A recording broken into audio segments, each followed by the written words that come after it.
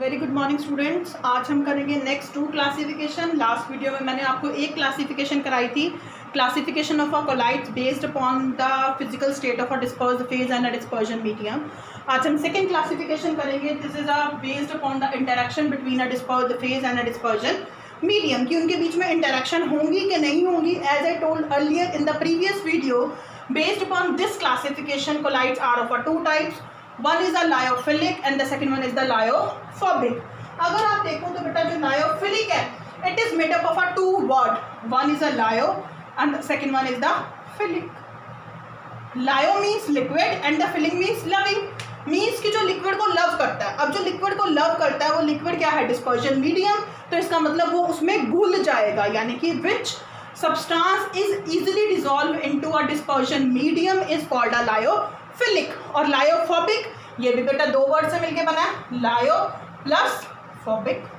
lyo मतलब liquid और phobic मतलब हीटिंग, जो लिक्विड से नफरत करता है। अब जो लिक्विड से नफरत करता है तो वो डिस्पर्जन लिक्विड को क्या बोलेंगे? Dispersion medium. जिसमें घोलना है वो उसमें नहीं घुलेगा, इसमें नहीं घुलेगा तो वो कोलाइडल सोल नहीं बनाएगा, उसको हम क्या बोलते हैं? Lyophobic colloid. तो लायोफिलिक कोलाइड्स की डेफिनेशन क्या हुई? व्हेन द डिस्पर्स्ड फेज, क्या एग्जांपल हो सकता है इसका? Gum, gelatin, starch is directly mixed in the dispersion medium to form a colloidal sol are called a lyophilic colloids. ऐसे ही लायोफोबिक कोलाइड्स क्या हुए? When the dispersed phase like metal and their sulphides mixed with dispersion medium to not form colloidal sol. आपको पता है बेटा metals, अगर हम बात करें सिंपल वाटर की तो वो वाटर में डिसॉल्व नहीं होती। अगर उनको वाटर में डिसॉल्व करना है तो उसके लिए हमें स्पेशल मेथड अप्लाई करने पड़ते हैं। वो जो स्पेशल मेथड है, कैसे हम लायोफोबिक सोल को लायोफिलिक सोल में कन्वर्ट कर सकते हैं, वो हम इस टॉपिक के बात करेंगे। तो लायोफोबिक कोलाइड्स क्या हुए? जो आपस में डिस्पर्स्ड फेज और डिस्पर्जन मीडियम मिक्स होके कोलाइडल सोल नहीं बना रहे, उनको हम क्या बोलेंगे? Lyophobic colloids. अगर हम लायो लिक्विड वर्ड यूज कर रहे हैं, लायो का मतलब लिक्विड है, अगर हम उस लिक्विड को वाटर लेते हैं तो it is also called a hydrophilic. If I am saying hydrophilic, when the dispersed phase is mixed into a water, it is called a lyo, it is called a hydrophilic. Hydro word represent the water, it means in which dispersion medium is taken as a water. अब lyophilic collides को हम कैसे prepare कर रहे हैं? हम direct mixing से prepare कर रहे हैं, तो लायोफिलिक कोलाइड्स को हम क्या बोलते हैं? Intrinsic collides.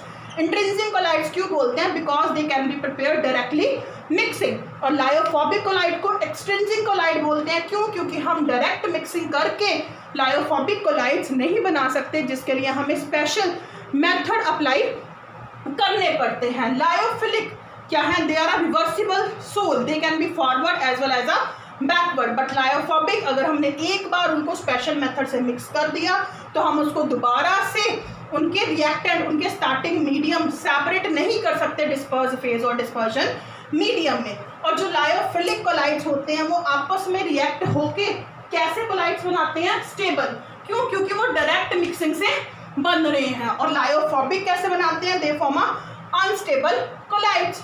और लायोफिलिक कोलाइड्स क्या हैं? जब हम उनको मिक्स करके डिस्पर्स्ड फेज को डिस्पर्जन मीडियम के साथ मिक्स करके लायोफिलिक कोलाइड्स बनाते हैं और उनको सेपरेट करना चाहें तो वो सेपरेट नहीं होते, जिसको हम क्या बोल देते हैं? They can not be easily precipitated. और लायोफोबिक कोलाइड्स क्या हैं? जब वो डिसॉल्व हो ही नहीं रहे तो वो एज इट इज ऐसे के ऐसे ही पड़े रहेंगे डिस्पर्जन मीडियम में, जिसको हम क्या बोल देते हैं? They are easily precipitated.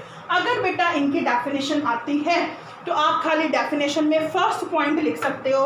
अगर डिफरेंस आता है तो डिफरेंस में आप इस टेबुलर फॉर्म में लिख सकते हो, जो मैंने आपको अभी बताया है। इसके बाद हम इसकी थर्ड क्लासिफिकेशन करेंगे।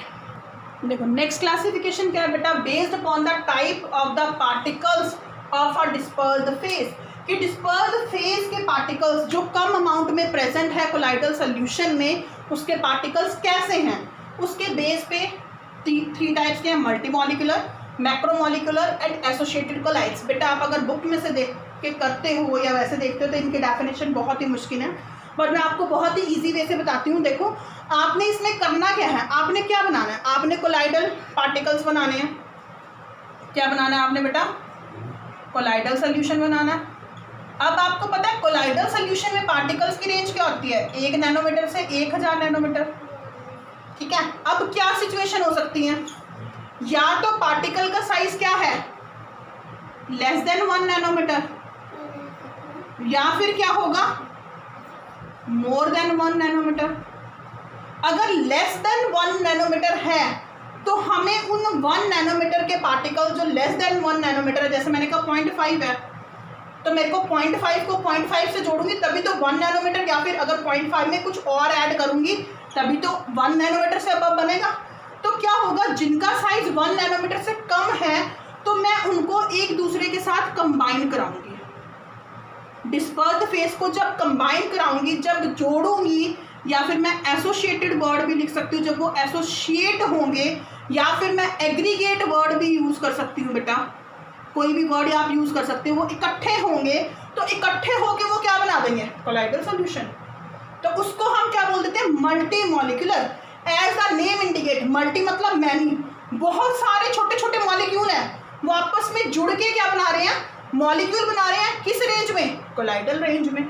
उसको हम क्या बोल देंगे मल्टी मॉलिक्यूलर कोलाइड्स। ऐसी अगर मैं बात करूँ अब मोर देन 1 नैनोमीटर, मतलब एक पार्टिकल्स है उसका साइज 1000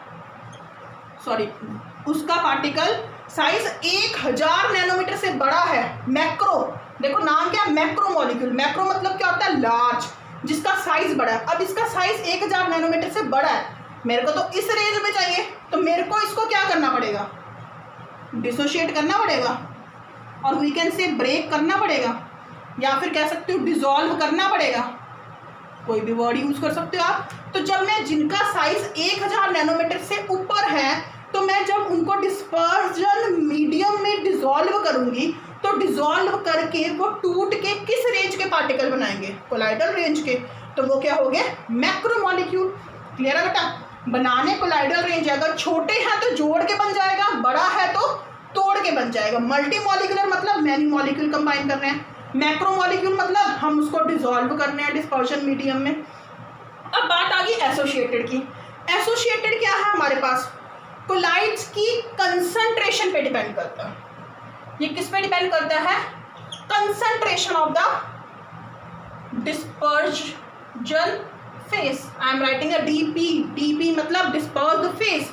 अगर तो उसकी कंसंट्रेशन कम है, अगर लो कंसंट्रेशन है डिस्पर्स्ड फेस की, तो वो कैसे बिहेव करेंगे नॉर्मल, और कैसे बिहेव करेंगे स्ट्रॉन्ग इलेक्ट्रोलाइट।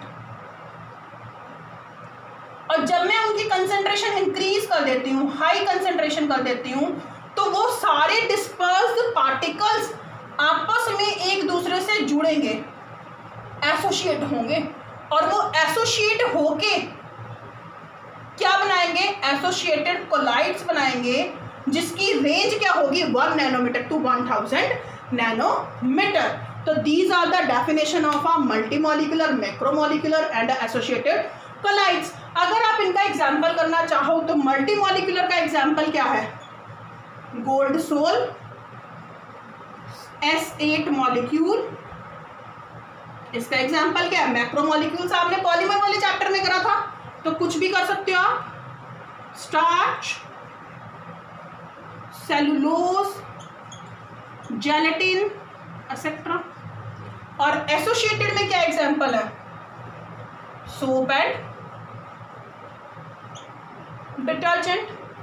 अब देखो इनकी एग्जैक्ट डेफिनेशन क्या होंगी बेटा, देखो बेटा अब इनकी डेफिनेशन देखो। मल्टी मॉलिक्यूलर कोलाइड्स क्या है, these are formed by aggregation of a large number of a molecule which have a size less than 1 nanometer. इसको हम क्या बोलते हैं मल्टी मॉलिक्यूलर कोलाइड्स।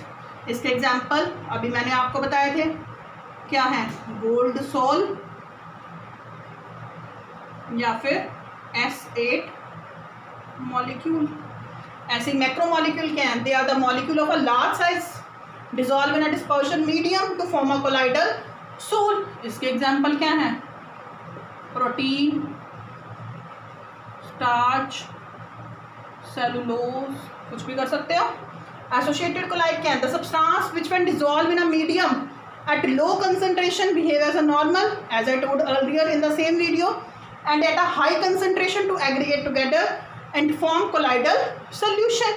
इसके एग्जाम्पल आपको क्या बताएं, surface active agent, soap and detergent, ठीक है बेटा। इसके बाद सोप और डिटर्जेंट की डिटेल है बेटा। Cleansing action of a soap है, ये मैं आपको दोबारा नहीं कराऊंगी, आपने ये केमिस्ट्री इन एवरीडे चैप्टर में करा था जब आपने सरफेस एक्टिव एजेंट करे थे सोप एंड डिटर्जेंट, वहाँ पे मैंने आपको कराया था। तो ये या फिर आपने पहले किया होगा तो आप इसको अपने आप करोगे और इस टॉपिक के मेरे को नोट सेंड करोगे। Cleansing action of soap and detergent, नहीं तो आपने ये पहले 10th क्लास में भी किया होगा, या फिर हम इसको क्या बोल सकते हैं, माइसेल फॉर्मेशन। क्लियर है बेटा?